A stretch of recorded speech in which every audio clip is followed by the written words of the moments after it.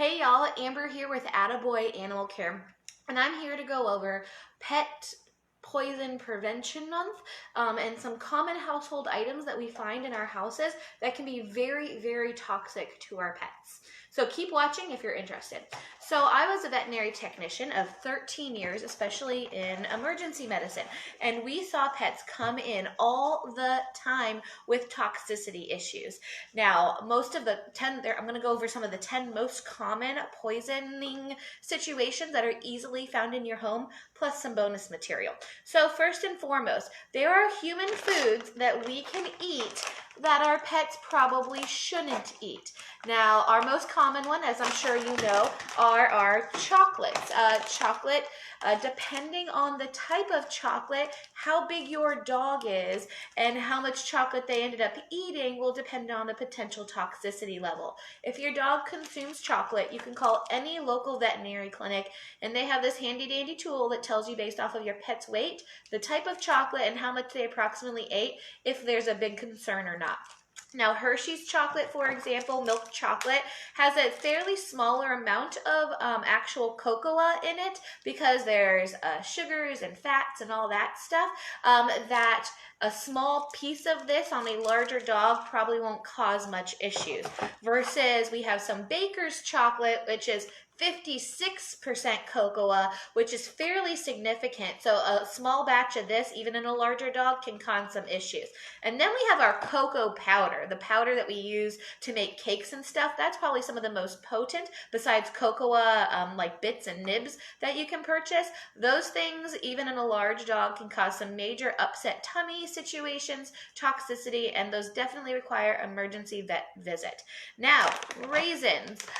Raisins or grapes in a decent amount of quantity can cause, again, almost all of the poisonings start with some type of vomiting and diarrhea situations, and then others lead to lower blood pressure, others lead to higher blood pressure, others lead to difficulty breathing, and respiratory situations as well. And then you have the poisons that just do really, really bad things that we'll talk about in a minute. So raisins, yes, grapes, obviously dried down, or raisins, these can cause some major toxicities in our pets. Again, it's all based off of size and how much they eat.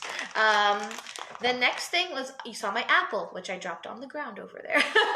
The apple, the seeds in the apples have cyanide in them in small quantities.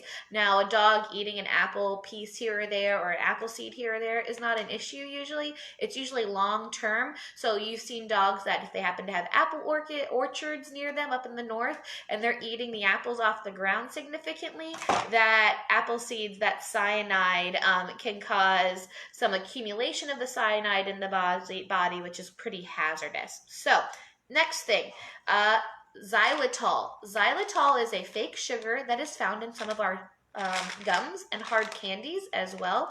Xylitol is extremely toxic to pets. It's also found in, ready for this, some really cheap peanut butters, or even some name brand peanut butters, but maybe not the organic versions or the natural versions, because it's a really cheap sugar to use. Xylitol, even in small quantities on a large dog, can cause some major issues. So one of the first things doctors usually do is try to induce vomiting with this. The next thing that we can talk about is our typical over-the-counter medications, ibuprofens, aspirins, things like acetaminophen. Back in the day, you would hear sometimes when dogs were having some pains or pets were having some pains that you could give them baby aspirin. That is usually not a recommendation anymore for many reasons, but these types of medications can cause some major issues, ulcers, and situations in our pets. So try to keep these away, far away. And then we have our fat-soluble vitamins, like vitamin D. This is our kiddos. Vitamin D, when consumed, is stored in the fat long-term, so it can cause some long-term toxicity issues. And then we have pretty much every prescription medication under the sun for humans. It can be in the right quantities, toxic to our pets. So I'm talking about birth control. That estrogen can cause some major issues, especially in our female unspayed dogs. NSAIDs, which we talked about, stimulants for like our like ADD, ADHD situations. situations, sleep aids like Ambien, or our benzos like Xanax. Any type of non-prescription medication is really bad for our pets as well. Blood pressure medication, cholesterol medication like Lipitor, all of those prescription medications in the right quantity and the right dog and the right size can cause all of those effects I talked about earlier. Whatever it's meant to do for you, it's going to do to your pet, except just remember they're significantly weight size smaller than us, so it's going to cause major problems. And especially if we have pets that get into more than one thing at the same time. Now this leads me to, if you have a pet that's ingested, especially human medications, the first thing that you can do is, boom, call the Pet Poison Helpline. Pet Poison Helpline is there's also the ASPCA Pet Poison Helpline. They have veterinary technicians certified and veterinarians on call, and a really handy dandy computer system that can put all those fancy medications into their computer. I dropped things again. Into their computer system, and they can determine what steps need to be taken from you as the homeowner or the pet owner, as well as the veterinarian. Now there's a fee associated with this, but I trust you. Do it, because when you go to the veterinarian, they're going to do the same thing, because veterinarians, they don't know all these human medications and what needs to be done, especially when we start mixing things. So the very first thing the vet will do is call the Pet Poison Control Hotline, and then they'll charge you more for it, because versus what you can just do on your own. And when you do it on your own, they send it to your veterinarian as well. So that's what we can talk about on those. Let me grab my paper. So Pet Poison Control Hotline, there's also a Pet Poison app you can find if you just go onto your Google Play Store or iPhone store, and there's a Pet Poison app, so you can put the things in there and see how toxic they may be as well. The next thing that we can talk about is plants. Everybody has plants, right? We live in the state of Florida. Now, coming up in spring, we have a ton of plants that are very, very, very toxic to our pets. So the first thing that we can talk about, tulips, hyacinths. Tulips and hyacinths, the bulbs have a chemical in them that, if eaten, the bulb have high exposure and can cause some major upsets. You specifically see this a lot in our bigger lab dogs that like to dig up because they smell good to them, and then they start chewing on them like a bone.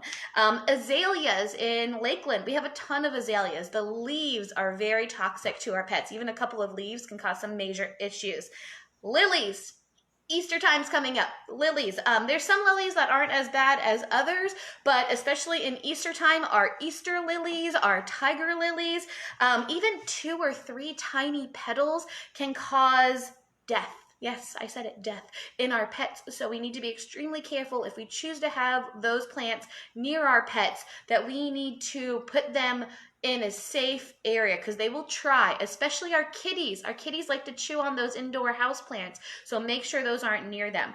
And then the last plant I have is the one that we commonly see in clients' backyards and front yards a lot, which is sago palms. Sago palms are extremely toxic. The leaves, the seeds, those little little palms that have those orange like ball seeds on them. We've seen so many toxicities and so many deaths associated with them. I've even seen clients, once they realize what they are, rip them out of their property because they don't even want to take the chance, because just chewing on a leaf, not even ingesting it fully, can cause some major toxicity. Hi Vicki, morning. Thanks for the great info. You're more than welcome. And then the last thing is fertilizers. The increased nitrogen content in them, the increased iron content in them can cause some major metal type poisonings, and the nitrogen poisoning as well. And last but not least, ready for this, y'all? Rat poisoning. Okay, now listen. There are multiple types of rat poisoning out there, but if it says it's going to kill the rat, it's not a physical kill like a smash thing or an electrocuting thing, and it's a poison, Listen, this is my pet peeve here. These things should not even be on the market, okay? So what happens is there's two types.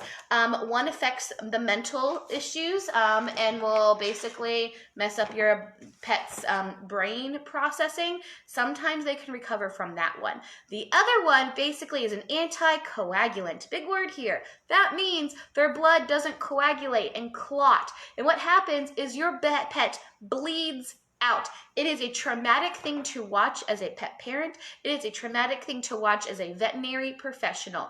Do not use them, and make sure your neighbors don't use them, because if a rat eats the poisoning and then your pet, your cat, your dog, your chickens eat that mouse, that rat, that rodent, that squirrel, they can get secondary poisoning from this anticoagulant rat poisoning. Do not let them do that. That is awful. They will die, even from the secondary poisoning. The other thing is it affects our natural environment.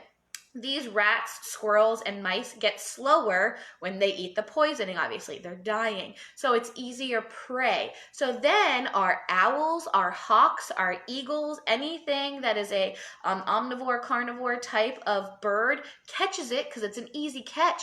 And then they die from secondary poisoning because they bleed out. That means they don't even have to get cut.